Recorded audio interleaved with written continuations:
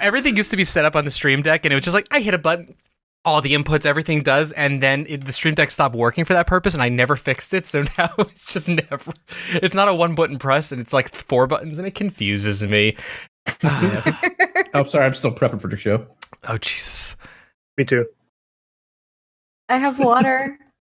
I mean, this is like... Stay hydrated. This is like 90% apple juice with like 3 ounces of bourbon, so it's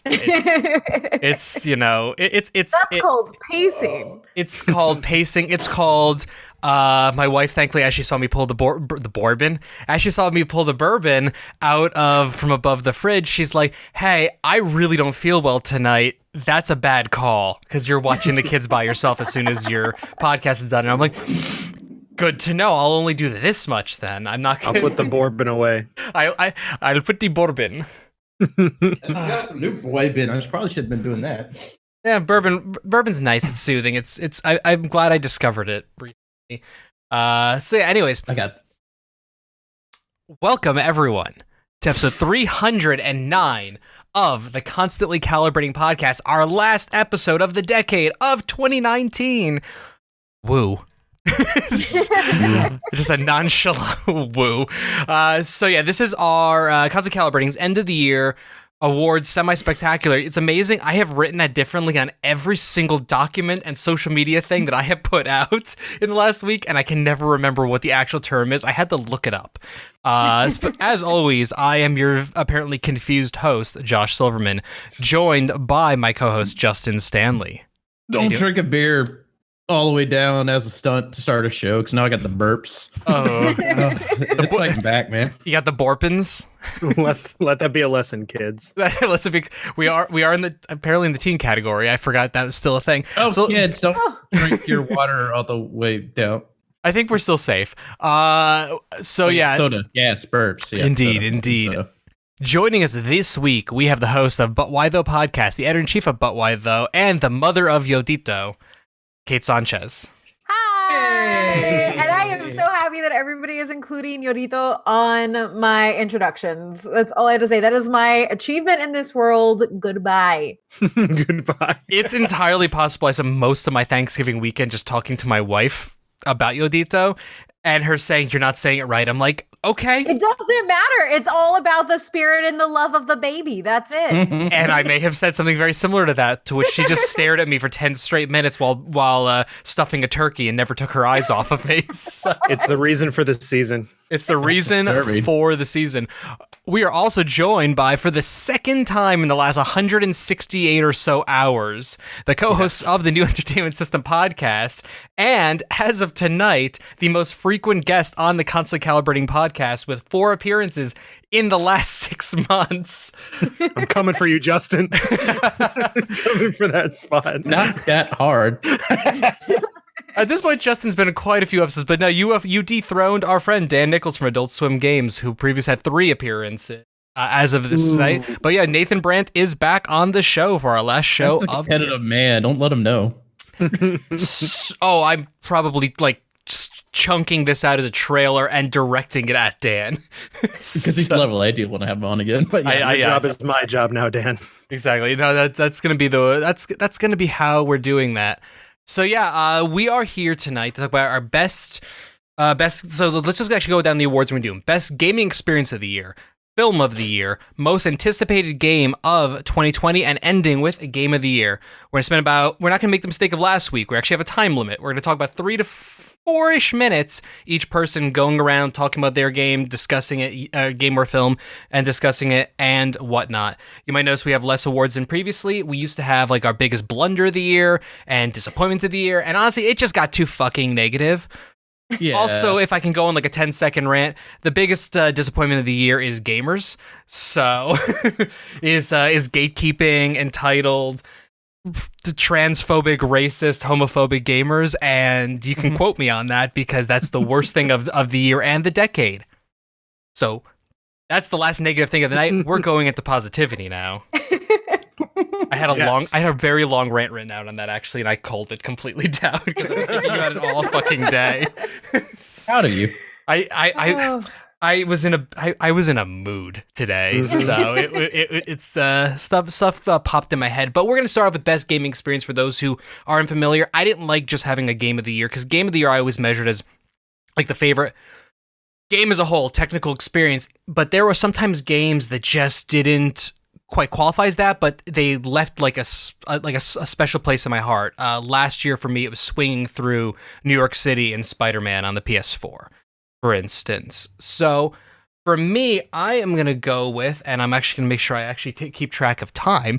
I'm going to go with Mutation for my, and yes, for reference, if anyone's wondering, my list is not clear. I am just going with my heart. I have multiple things written out for every award because I really was not sure up to Belba. Mutation is what I'm feeling.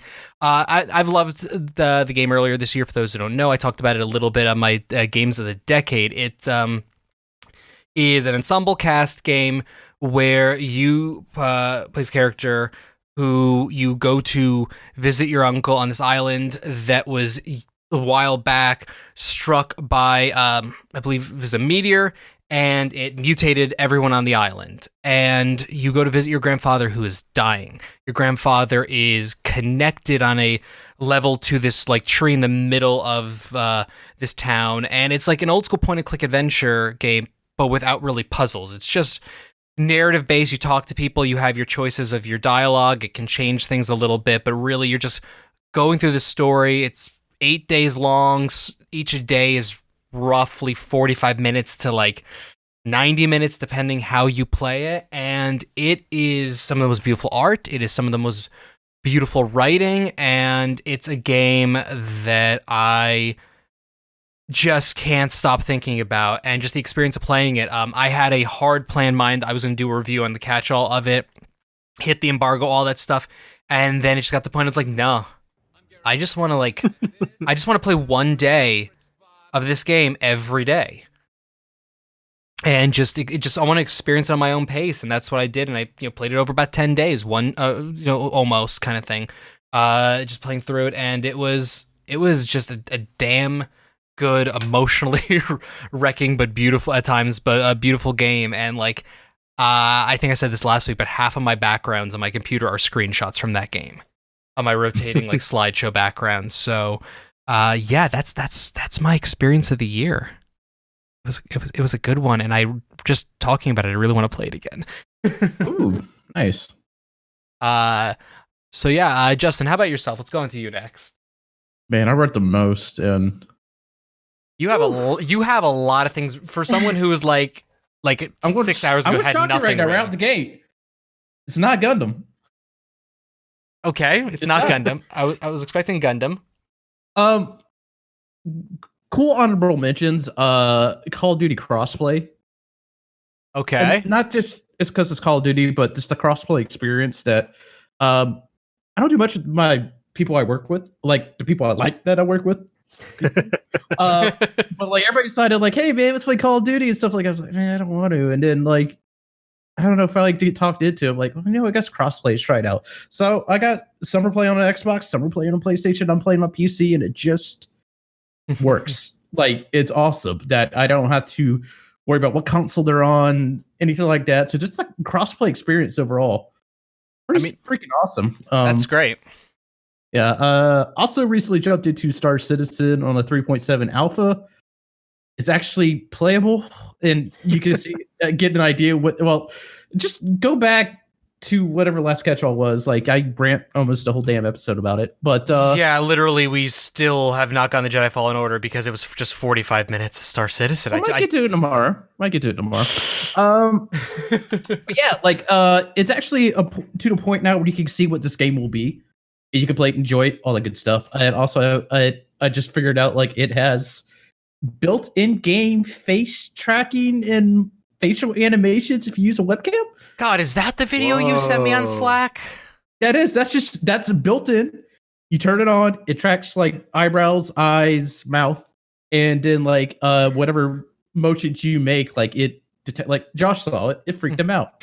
I was not happy with it at all. That just sounds like some uncanny valley shit, and I don't know if I want it or if I'm scared. It handles my eyebrow raises, and I really enjoy it. That part was It's actually sort of pretty like- cool. It's sort of like the promise of Connect, where it was just like you can talk in the horror game and the bad guy can hear you or Yeah. whatever, you know. You have to be Just like- quiet when yeah. you're on your couch. Because the cool thing it does in the game, when you call somebody, it's a hollow call. Or like if you're doing it like Oh. when you're walking around, like their face pops up. If you're doing while you're in the ship, there's a separate screen. And whether you do if you're moving around, stuff like that, you see that in the background. But now I can freak people out with my facial reactions. It's gonna be fantastic. I have a very emotive face, so I feel sorry if I ever played that game for people because there's a lot going on all the There's time. a lot going on. Also, and then side note, I'll mess it up because my hand will go up at some point because I'm a hand talker. And Yeah. Same. it also works for like head tracking. Like if you want to do like that, the eye movement thing that you gotta pay a lot of money for, it kind of works like that. Like if you're in a cockpit, you move your head left and right, and your character moves your head left and right. So it does cool stuff. Like that game, they're trying so many things. I see why it's taking them that long. But again, another honorable mention. You have like less than 2 minutes. I love games and they all deserve appreciation. Outer Wilds, I wish I played more of it. I need to. Like I did the dumb things. Think it's like I need to experience this with the stream. Never get back around to it. But it's again, Outer Wilds, not Worlds. I recommend everybody try out. It's just it's you just zen out, dude. It's a good thing. You're just exploring this weird universe. It's fun. Okay. But yeah, actually it's Death Stranding. As much as I hate to go with something recent and that big budget, even though it's pretty much an indie game with a AAA budget, I know you have feelings. I have many feelings about it, but I will not rob you of your feelings. Like when you like, let's skip to chapter 3. Nothing before that, and let's even throw away the story. Like the multiplayer of it, the community builds. I say multiplayer in a weird way because you don't interact with anybody directly. You're not walking around your world, but like only thing you can leave is like positive reinforcement. Yeah. The only thing you can do is help other people. And actually, Girlfriend Reviews said it best. Pull this quote up real quick. That Kojima doesn't want you to suffer. He wants you to reduce the suffering of others, which is kind of what you start doing in the game. Like I'm working on building roads, putting out these zip lines. And yeah, it helped me a little bit, but not as much to spend that time. But that's going to appear in somebody else's game. And for all the sports I was struggling after they get connected, it's just there for them. And then they don't have to worry about making that rough trek anymore. So it's just the idea of that part alone. Nothing completely new. We've seen it in some games before, but on this level, it was interesting. It was a thing. And then it's also one of the few games I played front to back this year as well. So yeah, something about it hooked me. Also, I didn't know I wanted to be a, post-apocalyptic UPS guy, but here we are. I beat the game. So Here we are. I just love the slight despondence in your voice about it. I said in your bad bits in chat. To me, Death Stranding shines in its gameplay and in the multiplayer. It was such a positive experience that I've never had in a video game in a very long time. So it looks like you got some agreement there. Kate, what's your gaming experience of the year? Good job cutting me off. You hit 5 minutes. I had to. Hi. So this is I had talked about earlier before we started the pod how I hadn't played a game for myself this year really. And I remember that it wasn't true. I had a really bad, rough week. Like it was the closest I've gotten to being burnt out this year. Like actually burnt out, like physically, like the entire shebang. And I had wanted to play Blair Witch and I hadn't got into, and I know that people don't like it and I know that people have issues with it. But for me, I sat down and I just played that game. I did not check my phone. I live tweeted a little bit, but I didn't check what anybody was saying. I didn't check our Discord where we run all of our writing chats. I didn't do anything but that game. I have really bad anxiety a lot of the time, but most people don't know that when they interact with me. Like if you see me online, because I talk about it, but most people that see me face to face, it's like, oh, well, you're fine all the time. Not the case. There were some issues with the story where the narrative was really heavy-handed and weird. So you play as a cop who's going to find a child who's been abducted throughout the woods. That is from Blair Witch. So it's Blair Witch universe, not specifically Blair Witch, and then it goes very weird. But the thing that caught me, and I didn't plan to write an article on it, but I ended up writing one, is the fact that the reason that game is terrifying is not because of jump scares, it's because of how deep it confronts you with your own anxieties. And especially because I have a dog. I don't want kids. I don't like kids, but I love my dog. She's my child. I'm right there with you. Throughout the entire game, it's about how you bond with Bullet. It's about how you two make it through things. And there are moments where your character is going through a PTSD episode and he's looking for his dog. He's calling out Bullet's name. And when Bullet comes, it starts to subside. And so for me, that was a game that, while it may not be technically perfect, and the ending was definitely rough. I was gonna say, so if you're running around with just a kid in the game, you're like, just run off the woods. I don't care. Yeah, a little bit. But for me, at the end of the day, it was a game that got me to, I don't want to say confront, because like I still have what I had when I went into the game. Like that game was what I brought into it, but it was a game that let me use my experiences as a part of the narrative. And it made me confront those experiences. And I thought that it was actually a very, very good, detailed look at what panic attacks feel like. I have not seen it simulated in a video game that way. That's really cool. And there's one level where your dog is injured and you have to carry him. And it is literally like 7 to 10 minutes of just carrying your dog. And you have the option to put him down, like to just drop him and proceed. Or you can keep carrying him and keep going in this insane spiral that is messing with your head. And it's just so immersive and really good. And it hit me in ways that I didn't think a video game could. So for that's my best gaming experience. And I definitely do recommend it to people. Like, don't go in there thinking you're going to get the best narrative experience, because there are some heavy-handed issues and it turns into layers of fear at the very end. But it is a game that is completely driven by how you treat your companion, and it is completely driven by what you choose, and in a way that you don't understand how it's doing it. And so it makes you really confront how you play the game, how you act as a player. And if you're somebody who deals with that type of anxiety, if you're somebody who has panic attacks, it also makes you deal with that. So maybe be a little bit aware when you go into it. But for me, it was a very good therapeutic experience, especially playing it on a rough weekend. Honestly, that's more than I was expecting. Like for Blair, that's a lot going on, and I get it. Like that's honestly kind of entices me a little bit in a slightly horrifying sort of way. It is coming from the person who never plays anything remotely horror. And I also do love the original IP, but it is nothing like it. And I would say that like the horror is literally what you bring into the game in this game. There are some jump scare moments, but like the thing that actually drives you and drives the intensity is what you're bringing with you and how you connect to your character. Okay. Well, really cool. Really cool. Yeah. I didn't hear hardly anything about that game like after I forgot that launched. Was this year. Yeah, well, I remember hearing about it and being like, oh, that's really cool. Like the initial reveal of like, oh, they're doing a Blair Witch game. Like, okay, really cool. And then hearing about, some of the stuff with Bullet, but like, in the best way, I never want to play this because I don't want to deal with carrying your dog and like giving like if an animal is hurt in any way in anything, I am out. Yeah, it was rough. And like after it, I actually paused my game after that and I like called my dog into the room to just hold her because like, I can't do this. I would have done that as well right now. But it was really good. And the other thing is every time like it is so responsive because he will get scared. And I found myself automatically responding with petting him, or like anytime like the music started to change, I would start calling him back to me because he'll run ahead and scout for you a little bit, just like a dog would.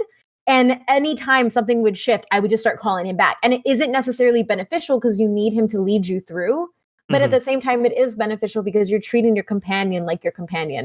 That's awesome. That's really cool. I can't play this game. I can't. It's a lot. It's a lot. I don't care about scares, but don't harm the pups.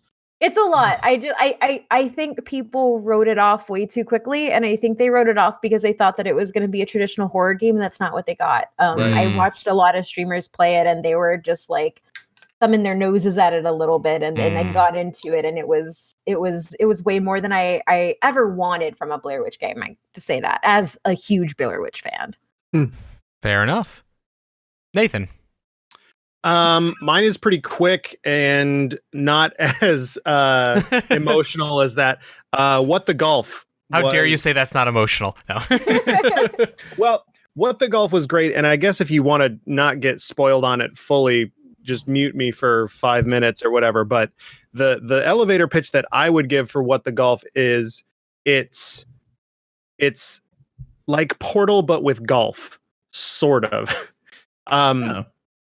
It is, so the premise of it is you are a golf ball and you're going through these little, like, it's almost like the test chambers in Portal, right? You start out with normal golf things, and then it turns into like, well, what if it's like you have to do a platforming level with a golf ball? It's like, okay. And then it's like, what if you're a car instead of the golf ball? Or what if you're the golf like club instead of that? Or what if you're a guy? So like I played it on PC, you'll pull your mouse back like you're gonna hit the golf ball, and then you let it go, and instead of the ball going flying, like the guy will start going flying, and so you need to have him hit the flag. And like every level is totally different from the other one. There's different goals for every single like little test chamber you get into, and there's also a really fun like kind of overworld that you have to traverse. It's almost like kind of like Mario 64 in that way, where you have like an area, and then you go to a boss, and then there's another area, and then you go to a boss, and then another area, that sort of thing. Like there's a Guitar Hero level where you have to make the golf ball be on the right like note thing when it happens, or else you lose. It's and there are a lot of like racing levels and like stunt levels, and it was so cool because it was really short. It was like maybe 3 hours, 4 hours. If you wanted to 100% it, I would say it would probably be like maybe 4 hours or 5 hours to do all the challenge levels. But every like 10 to 15 seconds, you're doing something completely different. And from the premise of like the golf game for people who hate golf. So you think that it's going to be like, you know, like a Katamari game where it's like goofy, but through the whole game, it's kind of the same thing. But it's, like I said, every like 10 to 30 seconds, you're doing a completely different thing with just the concept of, you know, pull back the mouse and let go. And like, that's it. If I'm being completely honest, one of my major points of excitement of getting an iPhone soon, which eventually I'll have it. That's a whole shit show, but is the fact that it's on Apple Arcade. And I very much want to play it in that specific kind of like environment. Oh man, it's so fun, and like it's like you're gonna be like giggling playing it. Whether you're streaming it or playing it, you know, in a room with other people or by yourself, you're just gonna like every time something happens, you're gonna giggle about it because it's hilarious. And when you get to the goal, it like pops up with huge text, and it'll be like, you know, a pun on what's going on or something, and that'll get you too. I don't want to spoil anything per se, but there is definitely a level that is inspired by a certain shooter that only moves when you move. It's called Super Putt for a while, it takes that idea and really runs with it. So I please somebody go super putt. Yeah, super. Yeah, awesome. Yeah. So I don't like to spoil it because there's so many like fun little things, but at this point I feel like a lot of people haven't played it and won't play it. So if I give you these little like teasers of like there's a Guitar Hero level, or there's this or that, and there's boss levels, maybe you might get enticed to play it. So it's the enticement. Yeah. No, I agree with you. Yep. So that was my favorite gaming experience. It may not be my game of the year. It's in my top 5, but like just the experience of like, oh, what's this level? Cool. Haha. Oh, what's this level? Cool. Haha. And then just like that over and over again for like 3 hours. I was just like blissed the hell out. I loved it. That's pretty damn amazing. Like I definitely looking forward to checking out the game. Yeah. So I guess we're moving on to onto film of the year. Yes. Then, so film of the here already. Yeah, so in years past, I have done like I've been very proud of myself for choosing quote unquote artsier films. Last year was my film of the year was the favorite. Previous year, was like Professor Marsden and the Women or something like so. It was the Wonder Woman-esque like bondage movie. Oh yeah. I think it was also Coco that year, so there was but Coco was amazing. So, but still, like this year, it's just all bondage. No.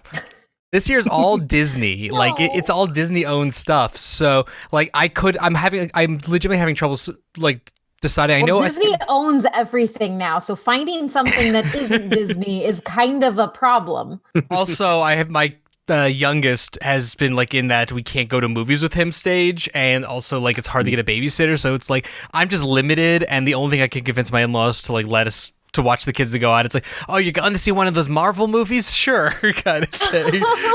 That we'll watch the kids for that because that's all Josh cares about.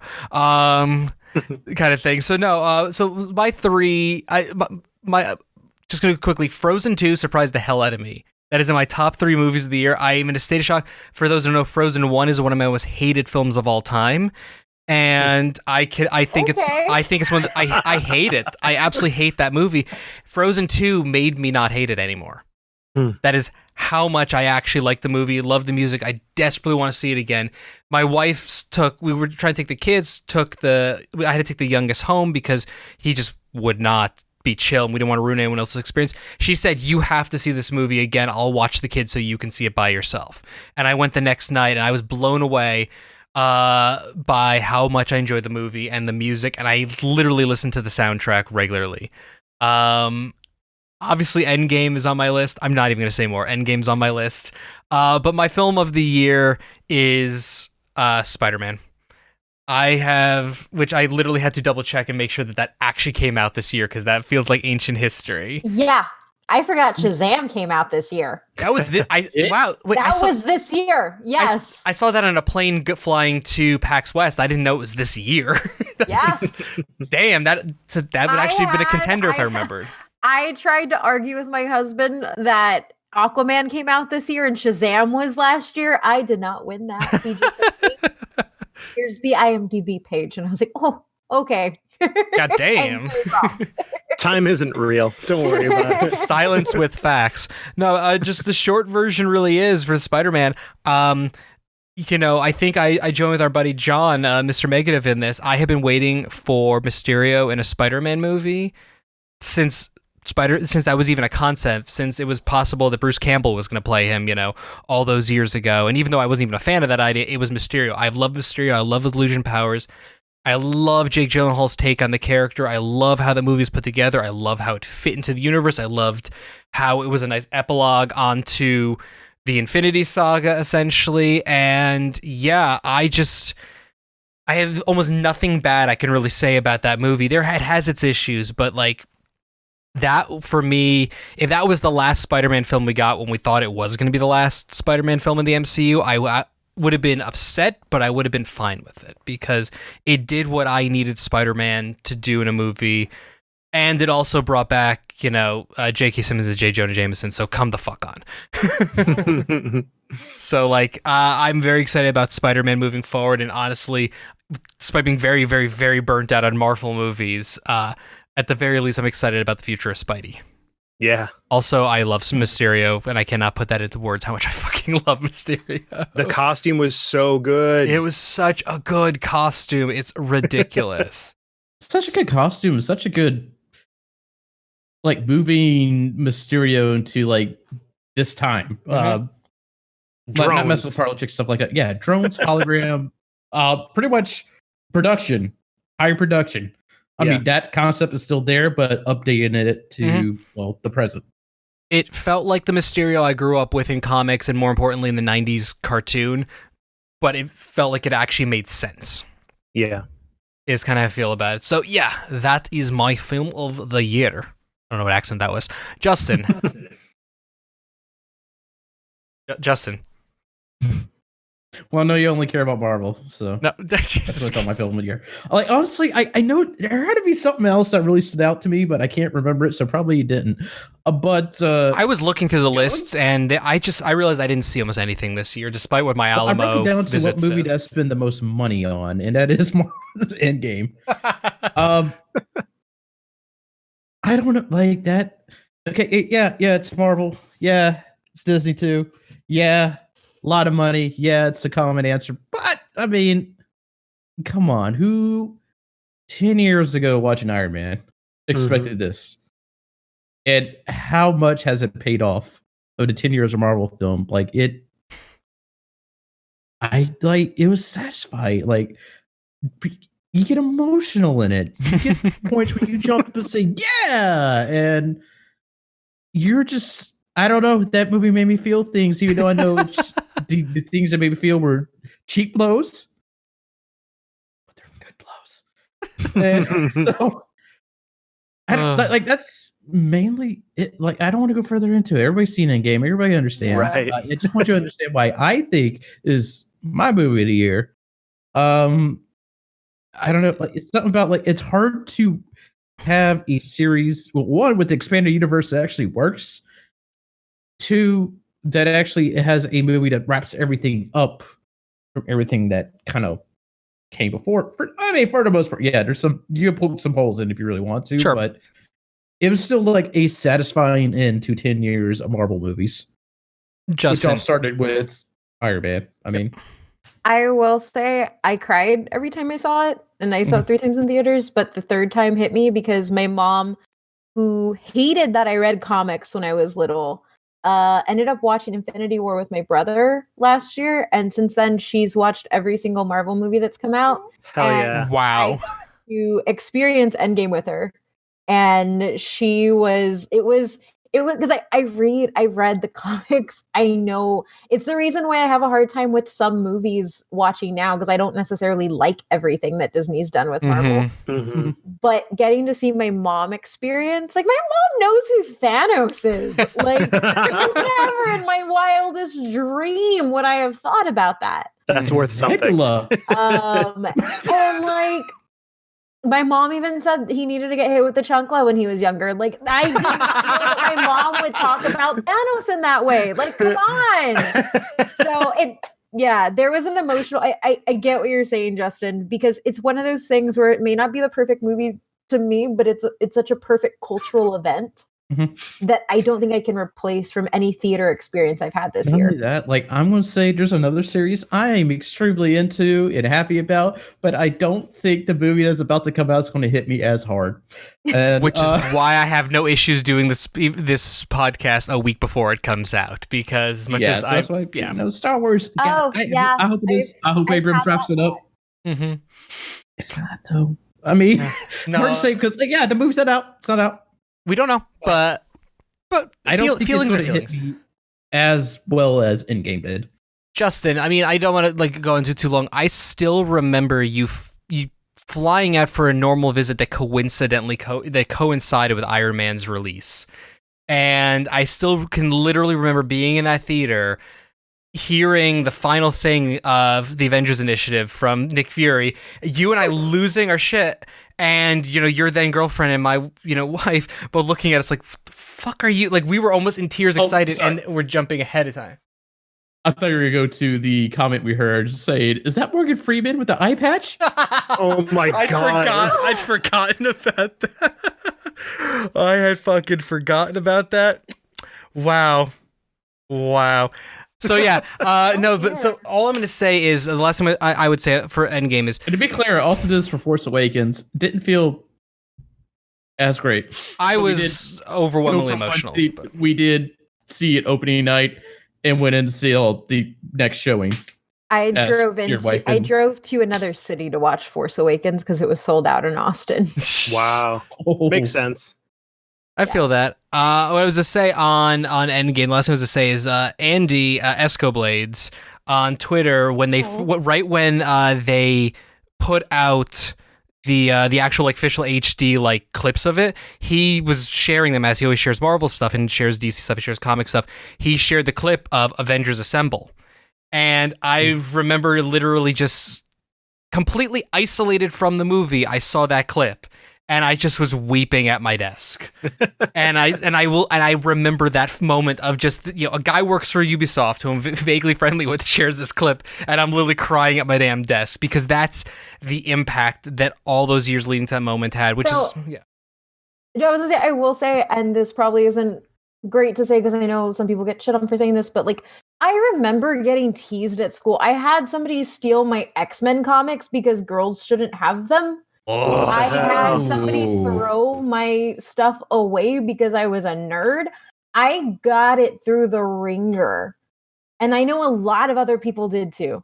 Mm-hmm. And I would say being able to sit in that theater, I think that is why I was more emotional at the Avengers Assemble moment than I was at any other point, because I was like, it was the moment where it's like, holy crap, it's happening. Also, did it hit you like, fuck all you guys, you're watching this too? Exactly. Which is why I said I know it's not popular, but like, no, there is a little bit of me that is like, man, I know you all are enjoying this, and I'm so happy everybody has this moment, and now you all know why I liked this stuff earlier. And like, it does such a good job of just like comics have these epic storylines that people really don't understand, and they did the best they could of interpreting that to a film and did a pretty good job of it, I think, even though it's their own interpretation. But yeah, I don't know. Like it feels good. If they ever announce that they're going to do a Secret Wars movie, you're going to hear me scream from Nebraska. Like you will hear me like howl in victory because we're going to see Doctor Doom and Black Panther like fight as gods in the sky. It's going to be so cool. I have so many Marvel thoughts, and I feel like you should just bring us all back for a Marvel podcast episode. Let's do a Marvel thing so we don't run out of time for everyone's game stuff. Sure. Marvel movies that I loved. We can do a Marvel podcast sometime in the not too terribly distant future. We'll book it. Kate, so now we have Kate and Nathan, who are actual film people who can actually talk about other stuff. So since people did multiple, I'm gonna do my top 5 quick just because I don't have to talk about a lot of them. There's 2 I really want to talk about. 3 I want to talk about. Knives Out was number 5 for me. I've seen that movie twice in theaters. It was so fucking good. I got to see it at Fantastic Fest, and I got to interview Rian Johnson, and getting to hear that man talk about crafting those characters and then getting to see it on screen was something that like I will take with me because that is just a beautifully written whodunit. The other one is John Wick 3 because that is how you redefine action, and Keanu Reeves has redefined action twice in the fucking knife scene, dude. Yair Hain from The Raid, like I can go in talking about that martial arts, but like it was dogs kicking ass, beautiful. Dog food, horse food. He kills a guy with a book in the first 5 minutes. And for me, in a complete opposite of Endgame, movies like John Wick 3 and Mission Impossible Fallout from last year is why I love action movies, because you can do everything and make it grand and over the top while still using practical effects and training, which is one of the reasons why I love it. The other one is Little Women, because I thought I was going to hate it, and it walked out as one of my top movies because it's completely reimagined in a classic. They made me love it. I don't know if anybody in the chat knows Little Women, but like there's a character named Amy. She's really vapid. She's like the one that everybody hates. I'm a Joe. I'm the tough gender stereotype breaking person. But I will say anybody that went to public school probably saw the I don't know if it's the previous Little Women movie. I don't know. Yes, there's been like 21 remakes. The Winona Ryder one, right? Or yes. Yeah, that's yeah, and Amy is annoying. But in this movie, I actually cared for her, and I actually felt for her, and I actually saw a little bit of myself in her, which was very weird. So that had to get a call out. I'm a horror darling myself, and so Dr. Sleep is number 2 because Dr. Sleep was a beautiful love letter to not only King's work, but a beautiful recreation of not only Kubrick's Shining, but the 1997 miniseries that everybody hates. Because that is where you hear you got to take your medicine, and he brought that back for Dr. Sleep. There are so many things in there that make it beautiful. The acting is great. I love that film, but my number one is Parasite. Yeah, you told me I had to see. You told me I had to see that, and it's not playing anywhere near here, and I was bummed. Same. Yeah, it's beautiful. I saw that at Fantastic Fest as well, and it was a film that hit me because it does so many things. You can't really confine it into a genre. It's hilarious. It's dark. It's a thriller. It's a giant talk on class and classism in Korea that is actually really relevant to how we experience class in the US as well. Like, it is a beautifully done film, beautiful acting, the cinematography, everything from start to finish. It is perfect. And that's my number one. I mean, awesome. That Parasite was one of those things where I just saw the title and nothing else, and I saw people talking about it, and I'm like, there's so much different comments and conversations going on. I'm just glossing over this, and then you said, go check out this movie, and I did research. I'm like, not what I was expecting from a movie named Parasite. So, and also I know you as a horror person, so not what I was from a horror person recommending at all. Like, there's a lot of details here that are going over my head, and I'm like, okay, I need to figure out how I'm going to see this film. So now just kind of, I think, playing the waiting game, sadly. Yeah, I believe it will be out on VOD, which is good. Yeah, I would hope so. So right. So yeah, that's a great fucking list, and I really want to see Little Women. In all honesty, like right now, like it's really good, and I've heard so sad that critics aren't talking about it enough. I've heard a lot of my enough Oscar play, or not Oscar, award show play. Right, a lot of people I know on Twitter have been talking about it recently, and I've been like, "Is this something I should check out?" And turns out, yes, I should. So I'm gonna write that down on my little Captain America notebook of things I need to like check out. Write Little Women on your little Captain America notebook. Yeah. We always do a family movie around Christmas, and right now I'm trying to figure out what like the family movie is going to be, because we're not going to do Star Wars, and despite the fact that Cats comes out then, I'm not taking my children to the horniest movie ever made. Probably. It's so horny. It looks so horny. I've heard confirmation that it's horny. I know. Those cat boobs. So Little Women probably not going to be it, but that might be the split the family in two movie kind of thing, and let the kids go see one thing, and some of the adults go see that one. Let the grandparents take the kids to another movie kind of thing, because I definitely want to see it after hearing a bunch of people talk about it. Nathan. Okay, so Dr. Sleep was definitely up there for me. The Shining is one of my top 5 favorite movies ever. And it was like all the set design and camera angles and stuff were so like expertly recreated, and you know, they didn't use like old footage or anything like that. Like, they recast people, and they didn't try to do like weird like Grand Moff Tarkin CGI to make it like, oh, it's Jack Torrance again. It was like, it was a different actor for these people, and it was like, some of it was like uncanny how good it was, but some of it was like, yeah, you know what, that guy looks a lot like, you know, XYZ. But so I really liked that, and I liked where they kind of like expanded the lore of it and made it fit in to the original movie and the original book as well, with all while being a sequel to, you know, it was a sequel to the movie, to the book, and it was also an adaptation of Dr. Sleep, but the third act was completely different than the book. Yeah. But I liked it a lot. But my favorite movie of the year was El Camino, like a Breaking Bad movie. It is super cliche to say that Breaking Bad is one of my favorite TV shows, but it doesn't make it any less true. You like what you like, baby. Exactly. Thanks. It was really cool to just see those characters again and have a cool epilogue on Jesse Pinkman's character, and, you know, some of the cinematography and stuff. Like, you can tell that it's a lot of the same team that worked on the original series. And some of the stuff, like, just, it's sort of like Endgame in that, you know, it's a thing called the mere exposure effect, where you like it because you've been exposed to it, right? Mm-hmm. So you liked Endgame because you saw all those movies leading up to Endgame, right? And I liked El Camino because I saw all those episodes of Breaking Bad leading up to it.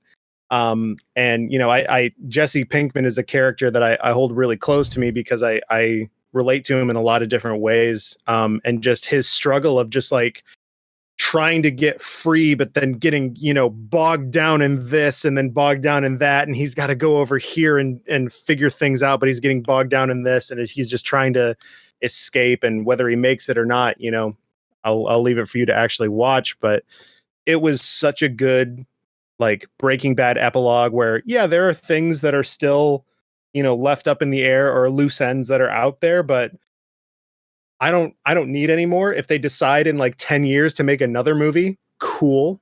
I think they'll do it well, but this was just sort of like, it was completely unnecessary. It did not need to happen at all. But I was like very sort of like Dr. Sleep, the original book. Like, it didn't need to happen like at all, but I'm very happy to have received it. And it's just really cool to spend more time with these characters. And, it gives you a new kind of jumping off point to just like have a kind of headcanon about like, well, what happened to Jesse? What happened to, his kind of adopted son, Brock? What happened to, Skinny Pete or whoever was in the show?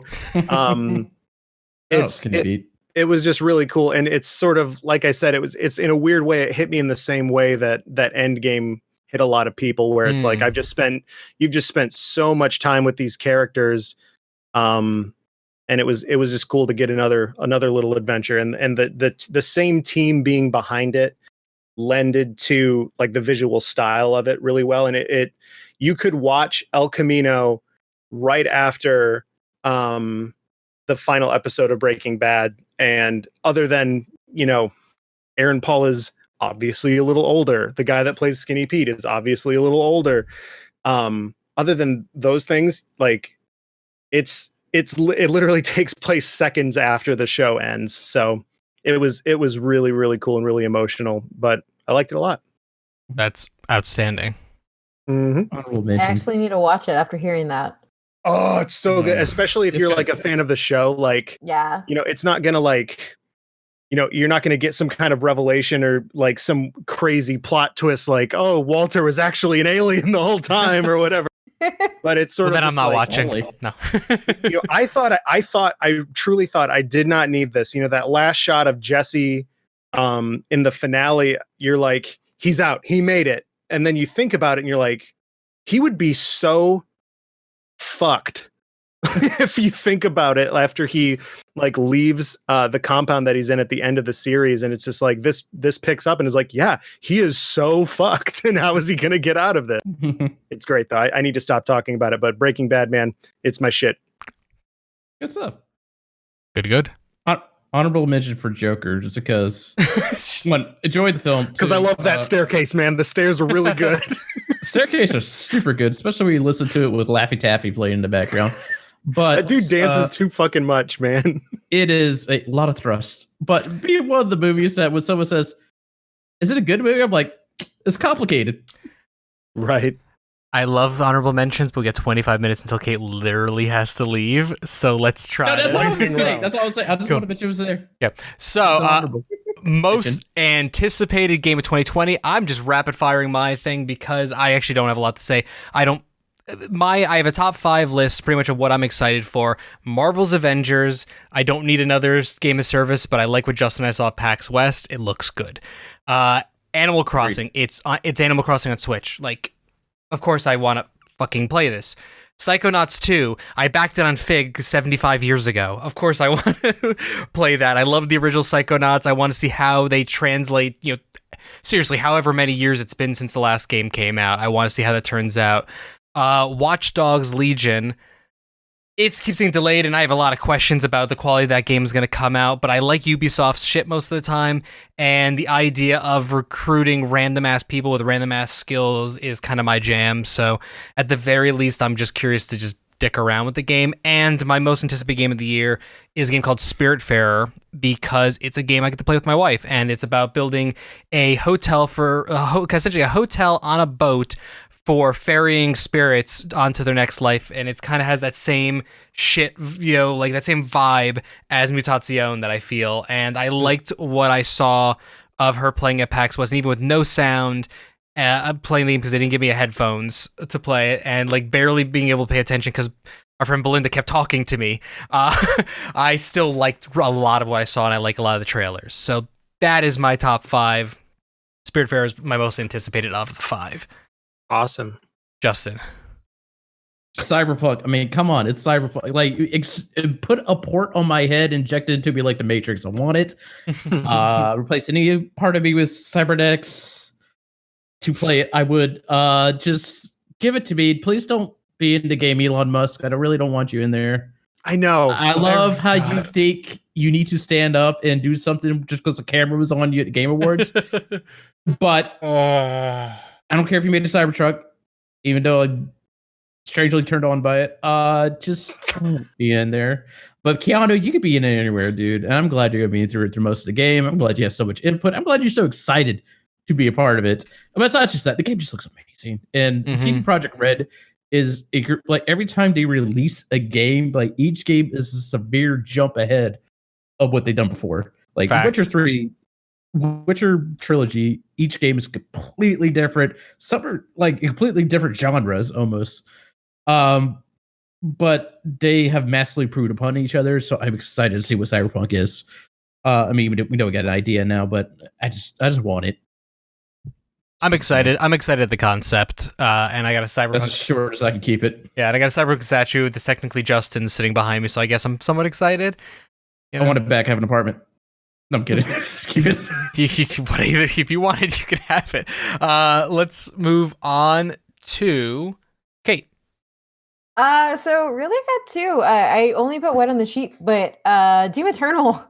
I really, really want Doom Eternal really bad with the same passion that Cyberpunk. I want Doom Eternal. I played it.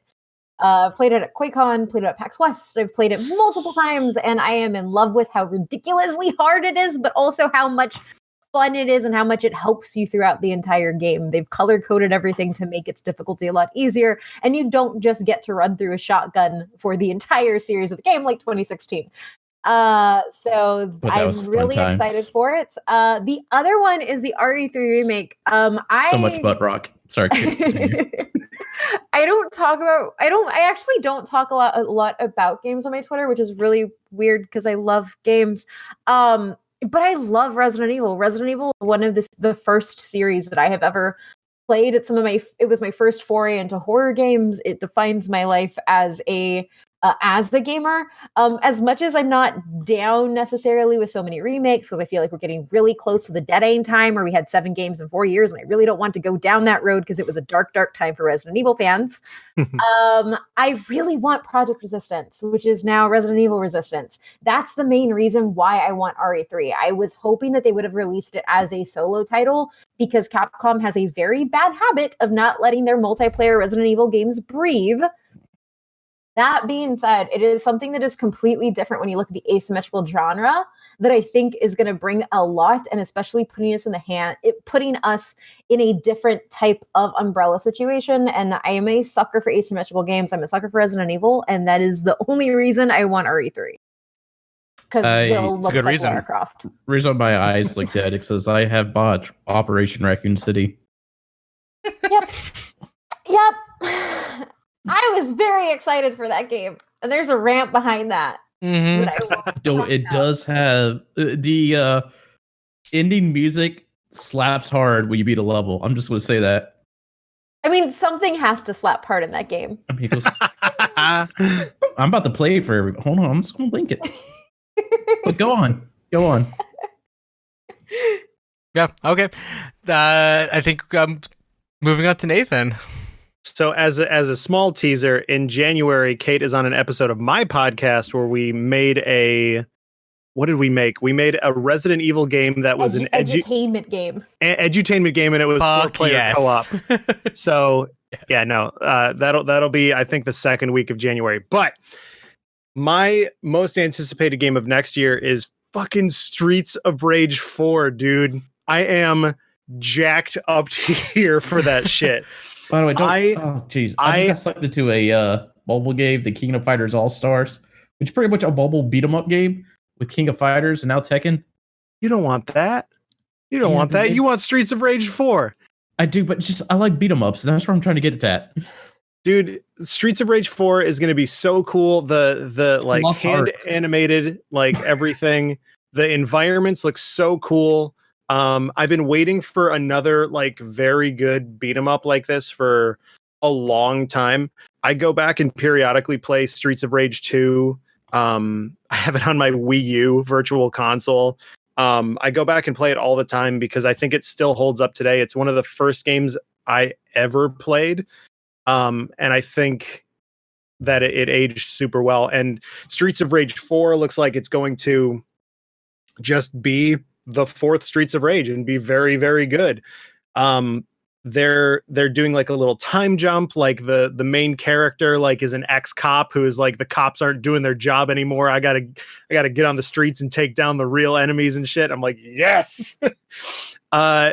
They're using like old sound effects from the Sega generation and stuff. It's just so, it's one of those love letter games where you know, obviously if you haven't played a Streets of Rage game before, get the hell out. No, you may not be as hyped for it, but it might look pretty cool. But I would say, I think in most like Sega collections, there's a Streets of Rage 2 in there.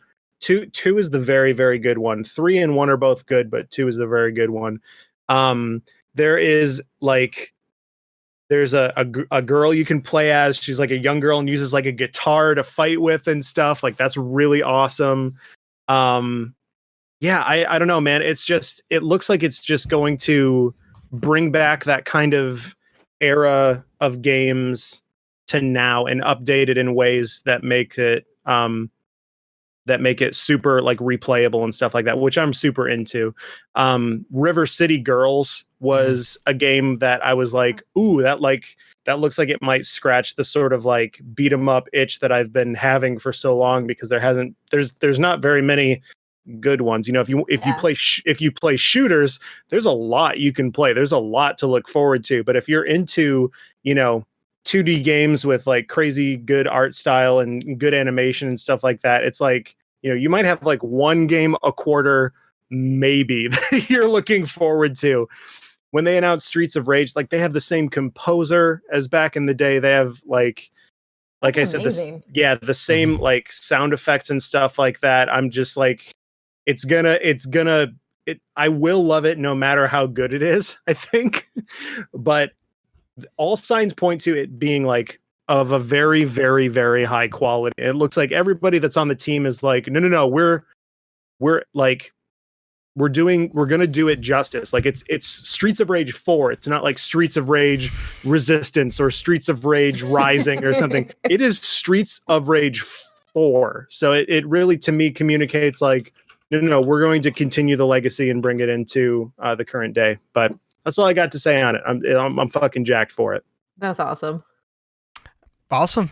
I love the original Streets of Rage games. I grew up playing, you know, Streets of Rage in the arcade and other. I can't even remember where I've played Streets of Rage games. So what I've seen of 4 makes me very excited. So, oh my god, yeah. So it definitely looks good.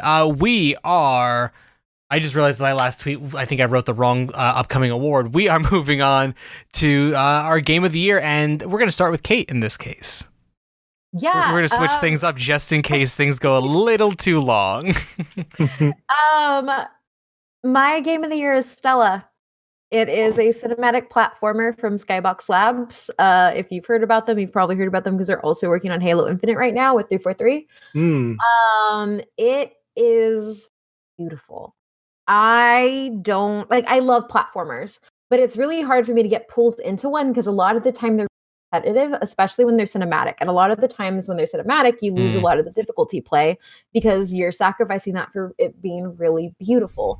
Stella balances all of that. There's no tutorial. There's nothing. But the cool thing is they actually don't make you do anything that's restrictive motion-wise. So there's no quick time events, that kind of stuff.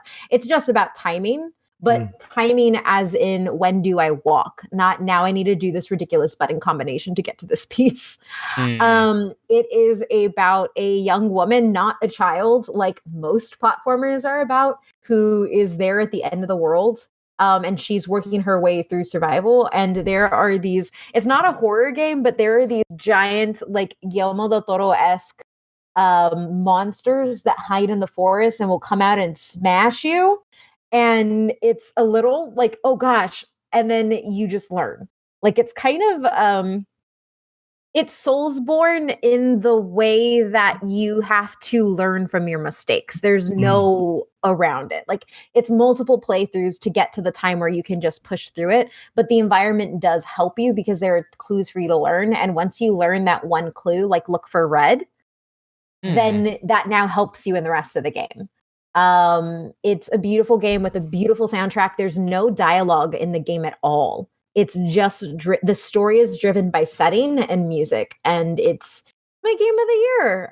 It's a little indie darling that I really love, and yeah. I like little indie darlings. It's one of those games that I've seen pop up here and there, and I'm excited to hear somebody put it on their game of the year list. So cool. I guess let's slide into mine then. I really had trouble deciding on this. Like, had a lot of trouble deciding what my game of the year was going to be.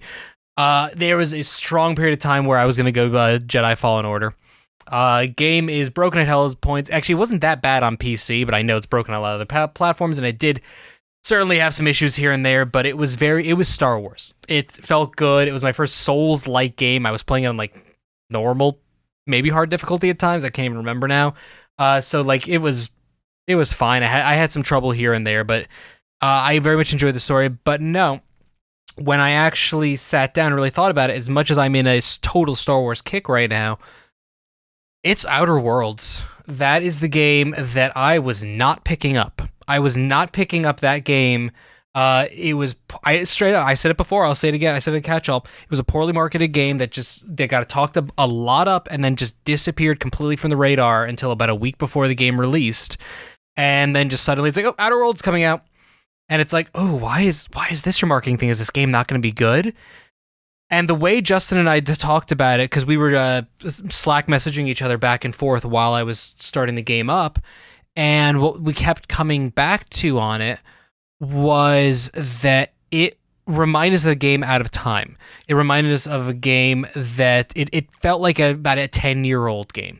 It was beautiful, but there were aspects of the UI, there were aspects of the combat, there were aspects of the movement, there were aspects of so many things that felt like an older game. And yeah, no, but the thing is, it was a phenomenal version of all of those old mechanics and all those old pieces. And also, Ashley Birch as Parvati, I'm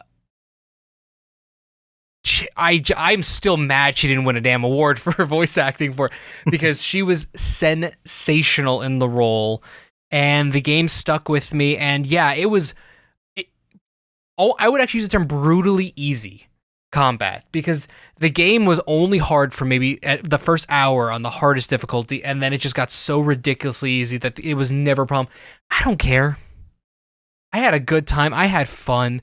I loved every moment of the game. I played that game from 10 p.m. to 4 a.m. every single day for an entire week, and then got up at 6:30 in the morning and actually it's like 7:15 in the morning and drove my kid to school at 7:30 in the morning for an entire week to beat that game. And I would gladly play it again, and I will pick it up on Switch as long as it's not complete and utter garbage on the port, which it probably will be, sadly. But like Outer Worlds is just such a good, from dialogue, from story, from everything cohesively, that I love that damn game. So yeah, Justin. That was very unsuccessful finding that Resident Evil theme. Are you still? He's been trying this entire time. I haven't, but to kind of keep in line with that, I think my game of the year is actually Resident Evil 2 remake. Like we hear things remade, especially from Capcom. They're on a just upswing right now with because like I didn't expect much from them. Like, cool, I'll see what it's like when we see it when it was first announced, and then we haven't heard anything about it for so long that we're like, is that even a game anymore? And then they started doing some press stuff. They started showing up at conventions, and when I first tried the demo, I'm like, ooh. It's one of the first. It is the first game this year, I think, that I played all the way through. Like, I felt compelled to sit through and get through the whole thing, and it was just good. Like, this is how remakes should be done. When they say a remake and not It's not like I forget what the HD whatever. It's not like they just like ported everything over. Of course not. It's a remake. Yeah. Like it's just a full remake, game redesigned from the ground up, but with this theme, which is Resident Evil 2. And they did such a good job of pulling in everything that was good about Resident Evil 2, everything that's good about Resident Evil series, the good points, the third person points, and just crammed into this game. It just works so well. I really meant to pick it up for like a sale or something. I was going to stream it in October. It was going to be my first horror game I ever played in my entire life. And then I just, had that problem where I didn't have a job or money. I kind of fell by the... It's almost Steam share. We hadn't fixed the Steam share stuff yet. That's now fixed, so I'll look into it. Yeah, I mean, and like Capcom was like a grace this time because Resident Evil 7 was like, first person Resident Evil, but did it good. And then... Well, until you get to the ship and later, but whatever. Then I don't know. Resident Evil 2 Remake it's also nice getting back to a point of Resident Evil where zombies are just zombies. They weren't this weird mutating virus. I mean, it always is a mutating virus, but sure. They're not speaking like Spanish. That mean have things jump from their throats. It didn't turn into whatever hell was in 6 and 7 technically. It's just back to zombies, and I love it. I love it so much. I said 6 like that, like I really enjoyed 6. It's not that bad. But like I don't know, it was a good return to form. It did way it's just so much positive praise about it too. Most people who are into Resident Evil seem to enjoy this heavily. It's just a good game, which is nice to say at the end of the day. It's a good game. Also, I didn't have that many problems with the game, unlike many other things I played this year. It worked, which I can't say about many things that come out like day one. Usually it's a huge patch that still doesn't fix the game. Yes, I'm throwing shade at Fallen Order. That game was taken out of the oven way too soon. It's a great game. Oh, yeah, no question. Respawn, great job, but I imagine I was on a timetable. It felt it. Yeah, but granted, they had it for a while. They're working on something for a while, but I imagine things shifted and they probably shuffled to choose anything. Resident Evil 2. There we go. I like that choice. Yeah. No, I like that choice. Somebody else has something to say about it. Don't think so. Nathan, take us home. So real quick, Fallen Order, really great, especially as like sort of a casual Star Wars lore fan. They do a lot of really cool stuff, especially with like Dathomir and stuff like that. Loved it. But as a person who likes mechanics over story every time, Untitled Goose Game was my favorite game of the year. Close second was Untitled Golf Game is what I almost said. Jesus Christ, two strong beers. What the golf strong. Was all second. Kate's trying to. Oh, sorry. I was gonna say I can stay in if it's gonna mess up the stream. No. God, no. I'm just fine. I'm drinking, so it's gonna take me a second to fix this. Sorry, guys. Thank you. Also, honk. Thank you, Kate, so much for coming and hanging out with us. Thank you, guys. Bye. Bye. Since we don't have a hard out anymore. Like talk a little bit more about you can talk a little Fallen more. Order. Fallen Order, I didn't necessarily there was some life stuff this month that got in the way of me actually buying and playing it. So I've been watching a Let's Play with some hardcore Star Wars nerds on Jesse Cox's channel. And like that game has so much Star Wars love put into it that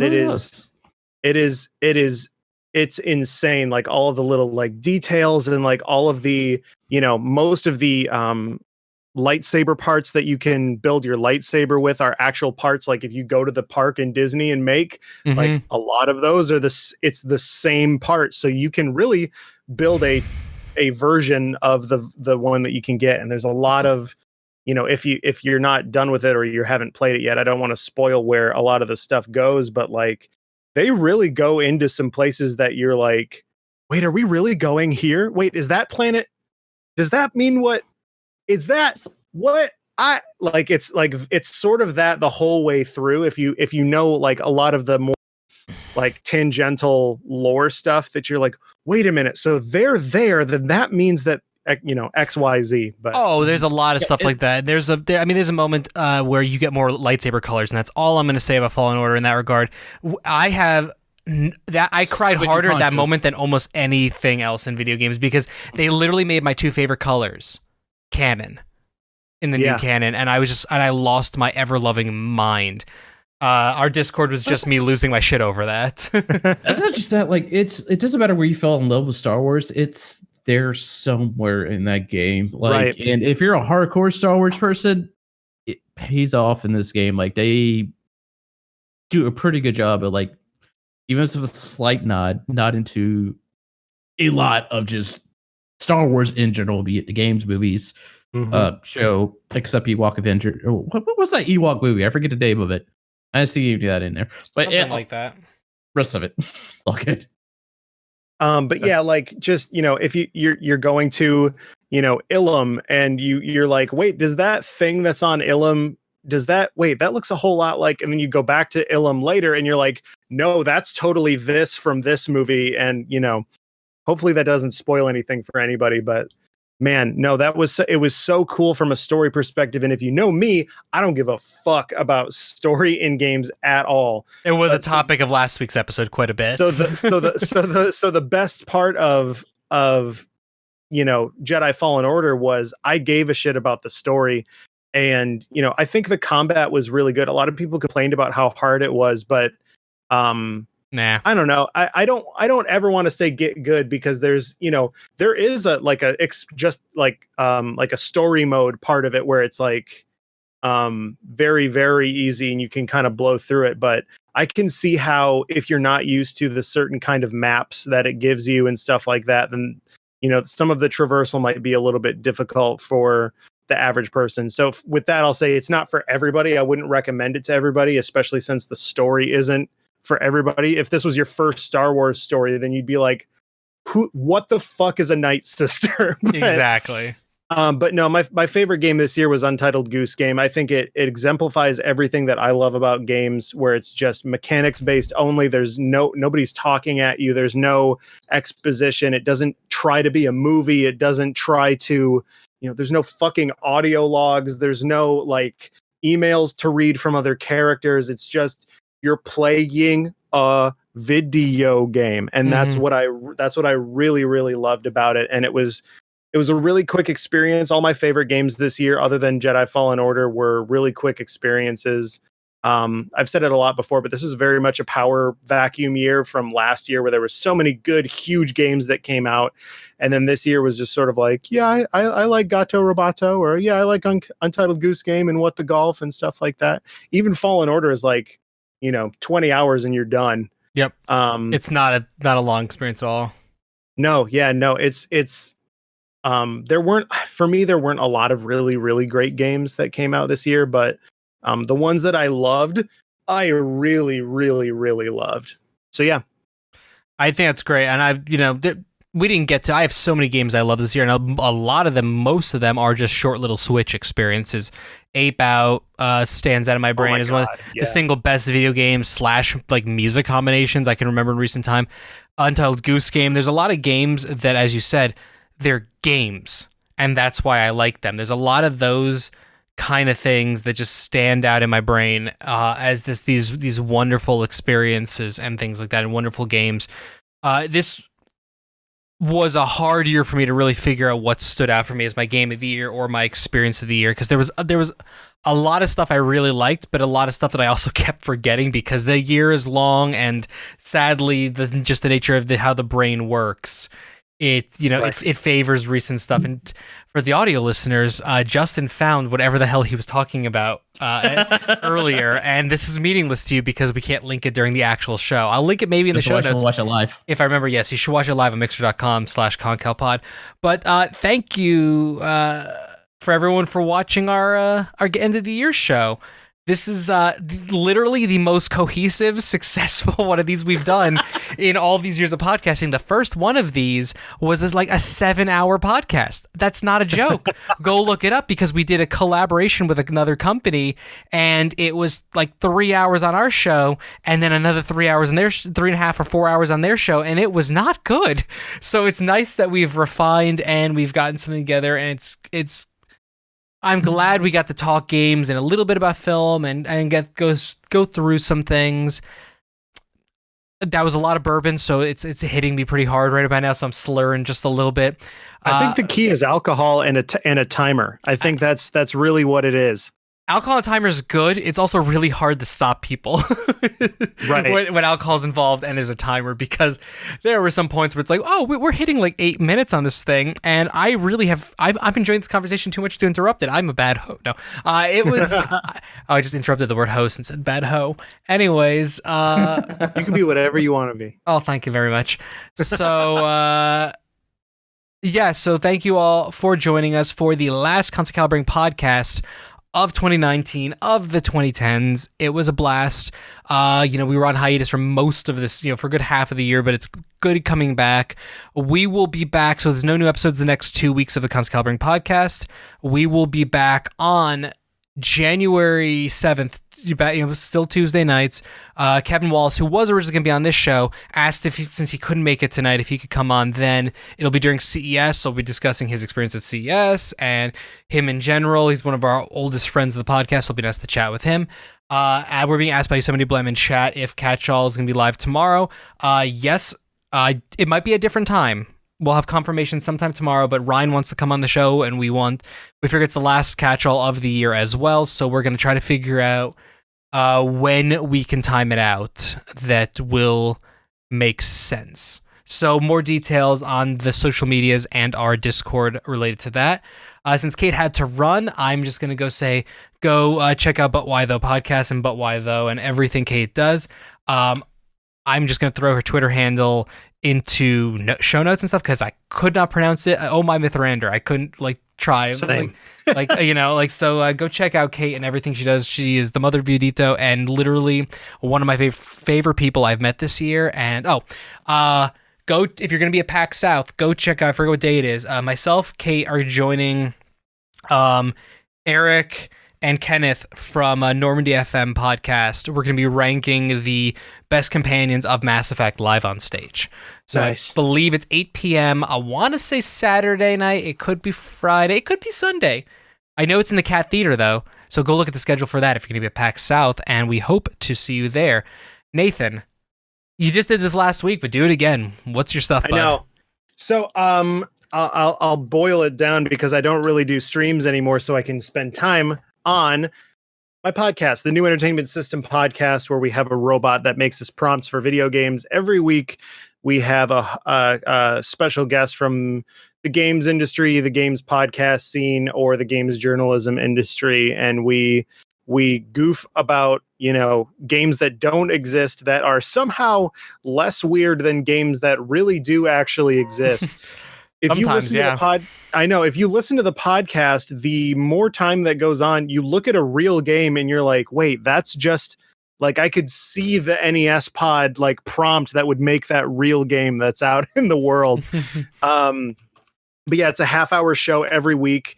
We try to keep it really tight and really edited and really clean. We just started a Discord server this week. So if you head over to my Twitter, which is @2headedgiant, there should be a link tree for the show where you can go and subscribe to the show on whatever platform you'd like, and go into the Discord where you can, chat with other fans of the show and, both co-hosts and talk about all the weird. We talk about does Knuckles have fingers in there? So that thread hurt me so much that I felt personally attacked by that entire conversation.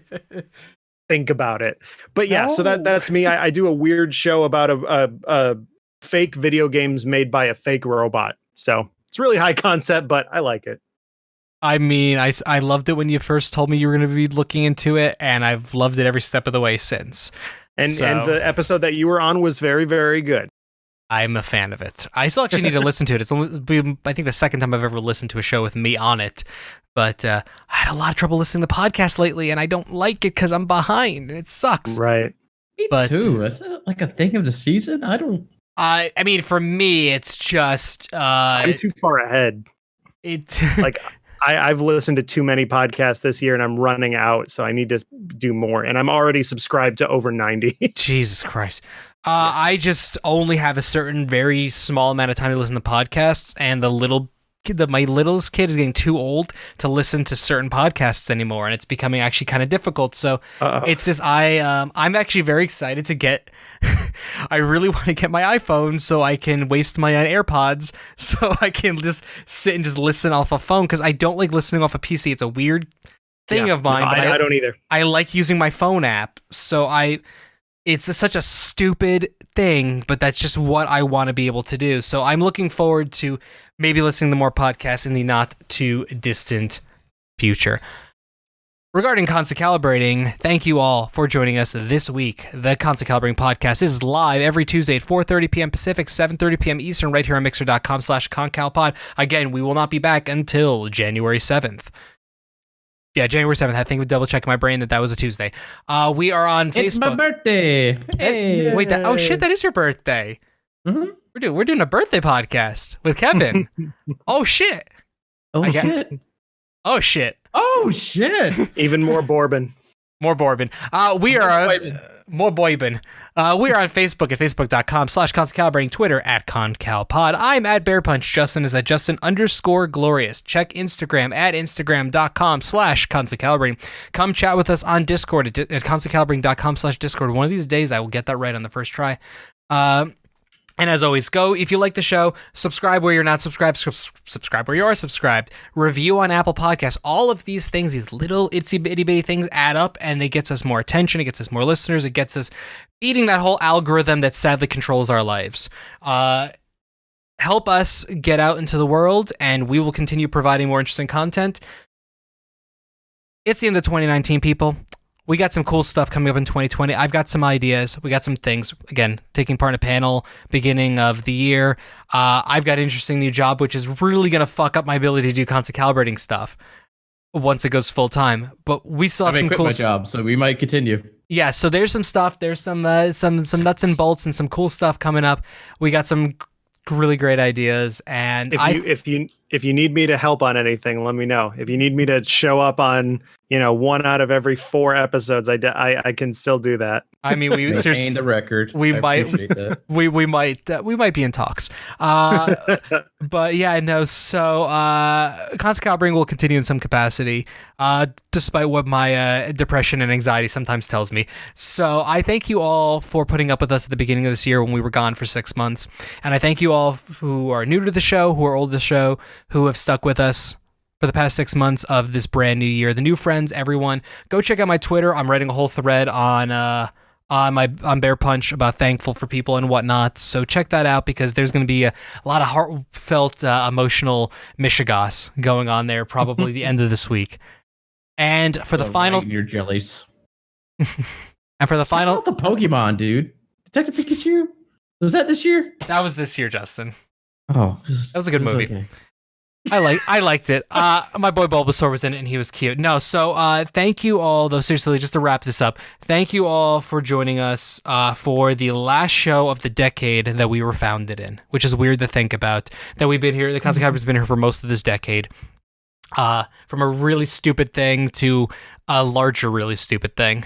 Thank you so much. I'm getting closer and closer to the camera. And with that, we bid you all a good sign-off.